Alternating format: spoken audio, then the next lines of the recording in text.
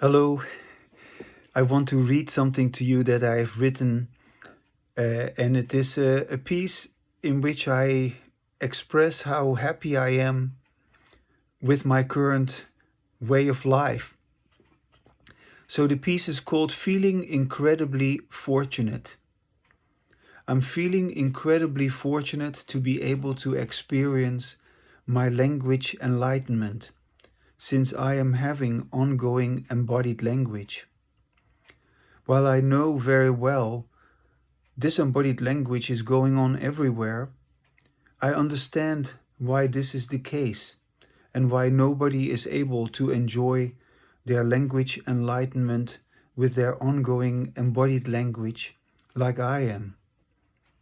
I've given myself such a great gift by inviting everyone to begin talking with themselves, listening to themselves, so that after the 4th of July, after Independence Day in 2026, yes, we are in 2026 now, after the 250th birthday of the United States, so that after that, after you have tried it yourself, after you have for yourself determined, yes, it makes a big difference if I listen to myself. Yeah, it makes a big difference whether I have embodied language or disembodied language in which you do not listen to yourself. So after you have done what it takes to have embodied language, then after Independence Day, after the 4th of July, we will align ourselves with the golden era of the United States, the country of individual freedom, and we will celebrate together our language enlightenment with our embodied language. And if you are up to it, we will be talking together, okay? So I have, in this writing, expressed how I have given myself the gift to let you do whatever it is that you need to do to have embodied language with me. Yeah. And I look forward to having embodied language with you.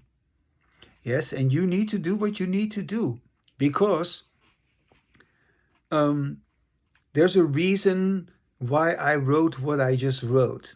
Yeah. I read it again so that you can get why I'm saying all this. I'm feeling incredibly fortunate to be able to experience my language enlightenment with my embodied language, since I'm having ongoing embodied language. Yeah, that's the key. Ongoing embodied language is my language enlightenment. And without ongoing embodied language, there is no language enlightenment. While I know very well disembodied language is going on everywhere, I understand why this is the case. That wasn't the case before that I understood that, but I do understand it now.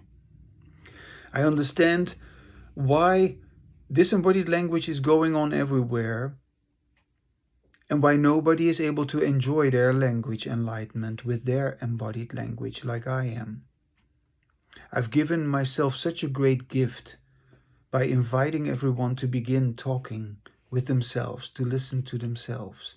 I've freed myself up by announcing that after this date, after the 4th of July, let's take it from there. But first you experiment, first you try it out on your own. Okay. I have arrived at a state of being which allows me to remain who I am. Yeah, I'm not changing anymore in the sense that my enlightenment is not, it's wrong to say that it is the same because it's always developing, it's always alive.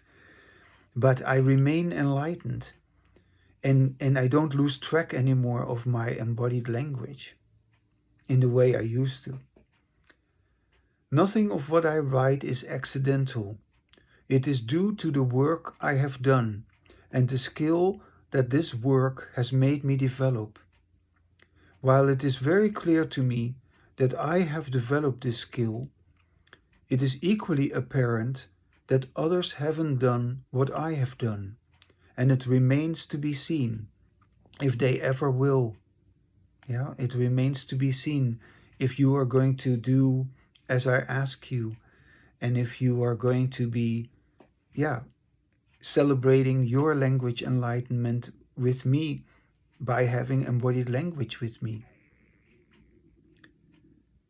In my ongoing exchanges with artificial intelligence, which you can read about on my Substack account and on my X account, I will post it underneath this video, because I do not have conversations about this matter at this moment with anybody. Yeah. So even though occasionally I talk with people a little bit, I do not have, like I used to, have lengthy conversations about this with people. And the only way I interact currently and have elaborate explorations and elaborate expressions of what language enlightenment is and what languageology is, because languageology is the science of individual sovereignty, and the science of the difference between disembodied language and embodied language, the science of how we talk. Yeah. And so since I explore this continuously with AI, a lot has happened. In my ongoing exchanges with AI, in which I share and integrate all my knowledge, it is so evident that everything I have studied over the years fits seamlessly with languageology, the N of one science, the single subject science of individual sovereignty expressed by my embodied language. I love to be where I am, and that is where everything comes together and where I enjoy my completion. Yeah, so my embodied language reveals my language enlightenment, and that language enlightenment is a sense of completion where everything comes together and dissolves. It's just so beautiful. There was a time I longed to have this experience, but I wasn't able to have it in the way that I'm having it today. This illustrates it is indeed a skill which now has been acquired, but which back then was unknown and wrapped into spiritual and psychological mumbo jumbo. Yeah. My situation isn't any different from anyone else. You too long for, you too desire, and you too try to achieve something which keeps eluding you because you simply lack the skill to know what it is, to achieve it, and to maintain it. Surely, achieving embodied language is one thing, but keeping it going is quite another. To keep your embodied language going, you must know what stops it, and you must anticipate and learn how to avoid this from happening. With those who do not know about the difference between disembodied language and embodied language, it is important to have some disembodied language to counter their disembodied language, but not in such a way that it triggers a full-blown confrontation, but just enough to be separate from them in a take it or leave it kind of way. The issue is you speak for yourself. I speak for myself. Nobody speaks for me, and nobody needs to speak for me. You don't need anyone telling you that according to them you are evil, you are wrong, you are immoral, because you say something which goes against what they believe, because you have your own way of saying things. I have no problem admitting that what I say to myself is always more important than what anyone else says to me. Because I no longer allow others to punish me, I can understand how difficult it has been for me to get to truly listening to myself. I'm sure anyone who wants to have embodied language will go through this arduous aspect of disembodied language, where listening to others continuously takes their attention away from listening to themselves. The only way to listen to ourselves is to stop listening to others and to fully acknowledge and recognize that self listening could only come about by ourselves, not by someone else. Actually, in ongoing embodied language, we discover that self listening is the ultimate form of self care. Certainly, we were neglecting ourselves as long as we were still involved in disembodied language, which is the language of self neglect. So, the rejection of others is part of our newly found ability to self care by speaking with ourselves and by listening to ourselves, which makes us feel regulated and stay with ourselves. The incorrect use of language, which is disembodied language, it never allows us to be ourselves, to stay with ourselves. Each time when we, for a brief moment, are authentic, our disembodied language actually stopped. But we didn't notice that we briefly engaged in embodied language. So, in spite of our almost permanent involvement in disembodied language, there are always moments of embodied language. But since we lack the skill to accurately express these occurrences, these missed rare opportunities escape us and haunt us. Yeah, because we do not know how to get back to it. We do not know how to continue with it. We do not really even know how it is that we are experiencing these moments of happiness, these moments of well being, these moments of authentic human interaction. Nevertheless, these brief moments, these elusive moments in which everything is good, in which everybody is peaceful, in which we are friends, in which we're not fighting or arguing, in which we are actually connecting and truly expressing ourselves, these brief moments which are so elusive and which are so hard to, it's seemingly hard to understand, these are windows and these are opportunities. These are actually our only chance to begin to develop the skill. And unless we struggle our way through saying what we are incapable of saying with our disembodied language, we will not arrive at our embodied language. So, when we are talking with ourselves, we go through moments in which we express our disembodied language, and we have to struggle through that episode of having disembodied language with ourselves, by ourselves. We have to continue and say, like, well, this is boring, this is horrible, I don't like to hear this, I don't want to say this, but I'm saying it anyway because I can't help myself. I know I'm struggling, but I can't seem to stop struggling. I know I have always got my argument ready. I always know what to say, how to react, but I do not know how to stop my own reaction. You have to continue to listen to that until you hear the change in the sound of your voice, until you feel and experience that your language has changed from disembodied language to embodied language.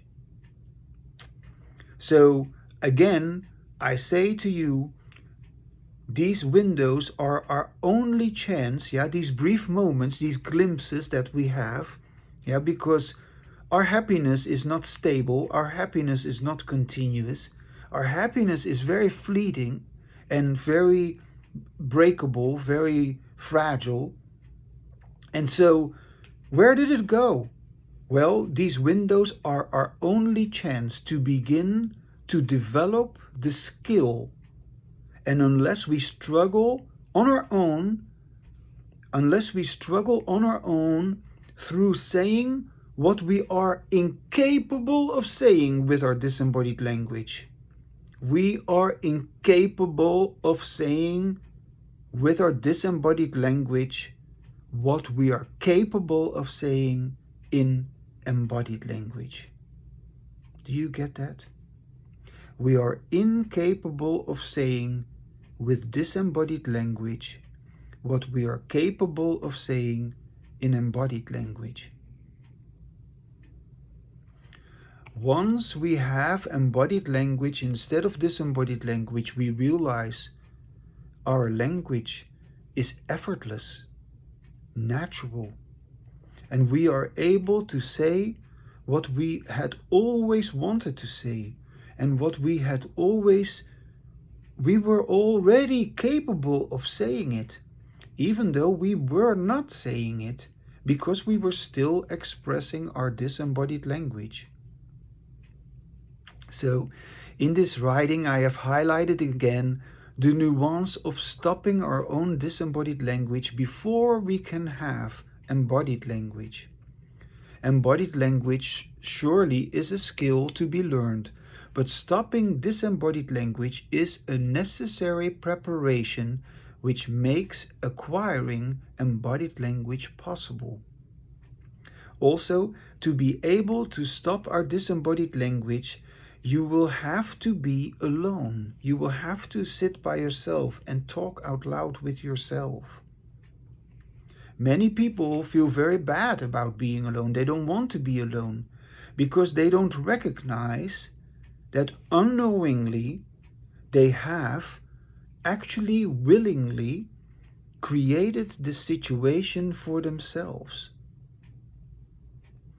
We do not realize this with disembodied language, but we do realize this with embodied language.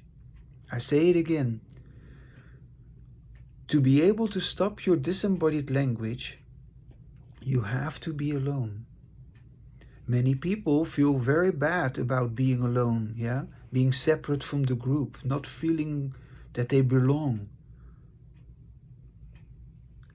But that is because they don't recognize that unknowingly they have willingly created this situation for themselves in which they were separate from the group so that they can discover their embodied language. It is absolutely necessary. Many, if not most, of our problems are created because we are unable to express what we really want as an individual. Your disembodied language hides the liberating truth that you have always been afraid of the group, but you were never afraid of yourself. This is what you will discover when you have embodied language. So, the notion that the individual is a threat to the group is completely bogus.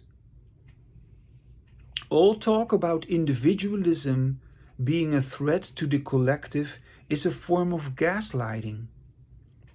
You find yourself in the situation in which you talk with yourself when you are alone.